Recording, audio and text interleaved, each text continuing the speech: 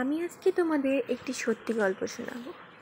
সেই গল্পটি একটি জায়গায় ঘটেছিল, যেটা আমার সাথে ঘটেছিল। আমি একদিন রাস্তা দিয়ে হাঁটছিলাম। যাওয়ার পথে অনেক বড় একটি কবরস্থান দেখতে পেলাম। দুই পাশে অনেক বড় বড় কবরস্থান। সেটা ছিল জাওলা গ্রামের সব থেকে বড় কবরস্থান। আমি শর্টকাট ভেবে সেখান দিয়ে যাচ্ছিলাম। কেউ ছিল না, রাস্তা একদম শুনশান ছিল। যাওয়ার পথে আমার মনে হলো পিছন থেকে আমাকে কেউ ফলো করছে।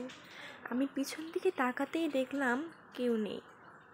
আমি ভয় না পেয়ে সামনের দিকে এগোতে লাগলাম। ভাবলাম কেউ নেই। সামনে একটি তাল গাছ ছিল। তাল গাছের নিচে একটি তাল পড়েছিল। ভাবছিলাম তাল গাছে তো একটি তালও নেই। কেউ কি যাওয়ার সময় ফেলে দিয়েছে, এখন থেকে পড়েছে। যাই হোক, আমি ভেবেছিলাম একটাই তাল ছিল, ওটা পড়ে গেল। আমি ওটাকে নিয়ে বাসায় রওনা দিলাম। যেতে যেতে আমাকে কেউ ডাকছিল। 3 বার আমাকে ডাকলো, নুলিফা, নুলিফা, তুমি কি শুনতে পাচ্ছ? এভাবে ডাকলো। আমি পিছন দিক ঘুরতে দেখলাম কেউ নেই। তখন আমার একটু ভয় ভয় লাগলো।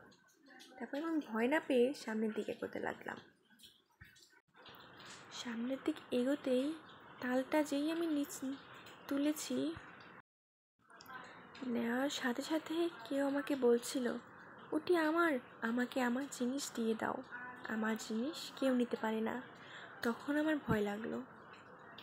দেন সামনে থেকে কেউ হঠাৎ করে একজন আসলো, ওই তাল গাছের উপর থেকে ঝুলে পড়ল। আমি তাকে দেখে একটা চিৎকার দিলাম।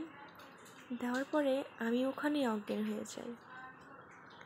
দেন আমি চোখ খুলে দেখি ওখানে আমি আমার বাসায় আছি। আমাকে নাকি আমার চাচা নিয়ে এসেছিল। আমার চাচাকে আমি সব ঘটনা খুলে বলি। চাচা বলে ওখানে নাকি কোনো বট গাছই ছিল, তাল গাছই ছিল না। আমি তো হতভম্ব হয়ে গেলাম। আর একটা কথা, ওখানে নাকি কোনো কবরস্থান ছিল না। এরকম অনেকগুলো প্রশ্ন আমার মাথার মধ্যে ঘুরপাক খায়। তো আজকের গল্পটা এই পর্যন্তই। আসসালামু আলাইকুম।